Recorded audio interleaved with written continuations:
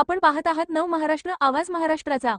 मी आहे प्रतिभा पाटील। आजच्या प्रमुख बातमीत महाराष्ट्राच्या राजकारणात पुन्हा एकदा मोठा राजकीय संघर्ष उफाळून आला आहे। शिवसेना मुख्य नेते आणि राज्याचे उपमुख्यमंत्री एकनाथ शिंदे यांनी माजी मुख्यमंत्री उद्धव ठाकरे यांच्यावर अत्यंत आक्रमक शब्दांत निशाणा साधला आहे। सेनापतीला आघाडीवर येऊन मैदानात लढावं लागतं, घरात बसून लढाई लढली जात नाही, असं म्हणत शिंदे यांनी थेट ठाकरे यांना इशारा दिला आहे। हा संपूर्ण प्रकार नेमका काय आहे? शिंदे यांनी आणखी काय वक्तव्य केलं आणि या वक्तव्याचे महाराष्ट्राच्या राजकारणावर काय परिणाम होऊ शकतात याचा सविस्तर आढावा आपण या विशेष रिपोर्टमध्ये घेणार आहोत।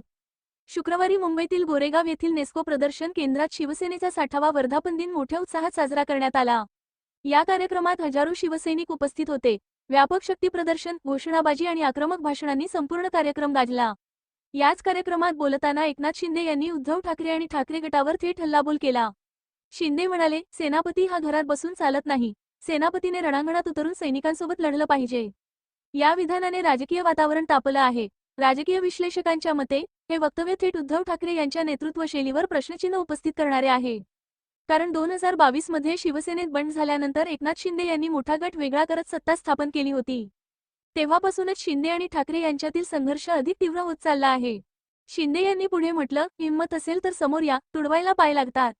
या विधानामुळे ठाकरे गटात मोठी खळबळ उडाली आहे। हे फक्त राजकीय टीकाटिप्पणी नाही, तर थेट ताकद दाखवण्याचा प्रयत्न असल्याचं बोललं जात आहे।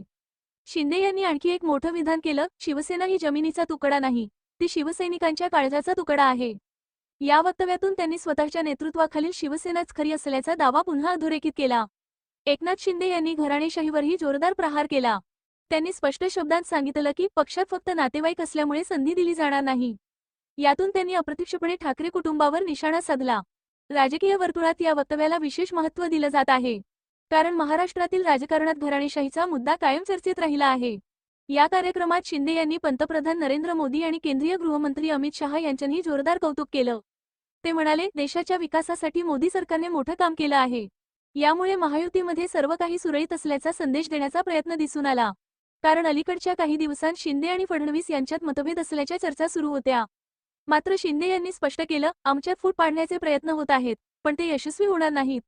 दरम्यान शिंदे यांच्या या वक्तव्यावर ठाकरे गटाकडूनही जोरदार प्रतिक्रिया येण्याची शक्यता आहे।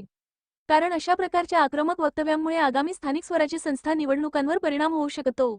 राजकीय वातावरण आणखी तापण्याची शक्यता व्यक्त केली जात आहे। विशेषज्ञांच्या मते हे वक्तव्य फक्त भाषण नाही, तर आगामी निवडणुकांसाठीची रणनीती आहे। शिंदे आपल्या कार्यकर्त्यांना एक संदेश देत आहेत की ते अजूनही मैदानात आहेत, लढण्यासाठी तयार आहेत। दुसरीकडे ठाकरे गटालाही आता अधिक आक्रमक भूमिका घ्यावी लागू शकते। यामुळे महाराष्ट्रात पुन्हा एकदा शिंदे विरुद्ध ठाकरे संघर्ष शिगेला पोहोचू शकतो। तर पाहिलं, शिवसेनेच्या वर्धापन दिनी एकनाथ शिंदे यांनी उद्धव ठाकरे यांच्यावर जोरदार शब्दांत निशाणा साधत राजकीय वातावरण तापवलं आहे। आता ठाकरे गट यावर काय उत्तर देणार हे पाहणं महत्त्वाचं ठरणार आहे। या संपूर्ण घडामोडींवर तुमचं मत काय? कमेंट करून नक्की सांगा। व्हिडिओ आवडला असेल तर लाईक करा, शेअर करा आणि सबस्क्राईब करा।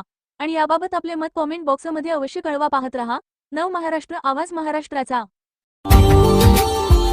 Subscribe now and press the bell icon. Never miss an update.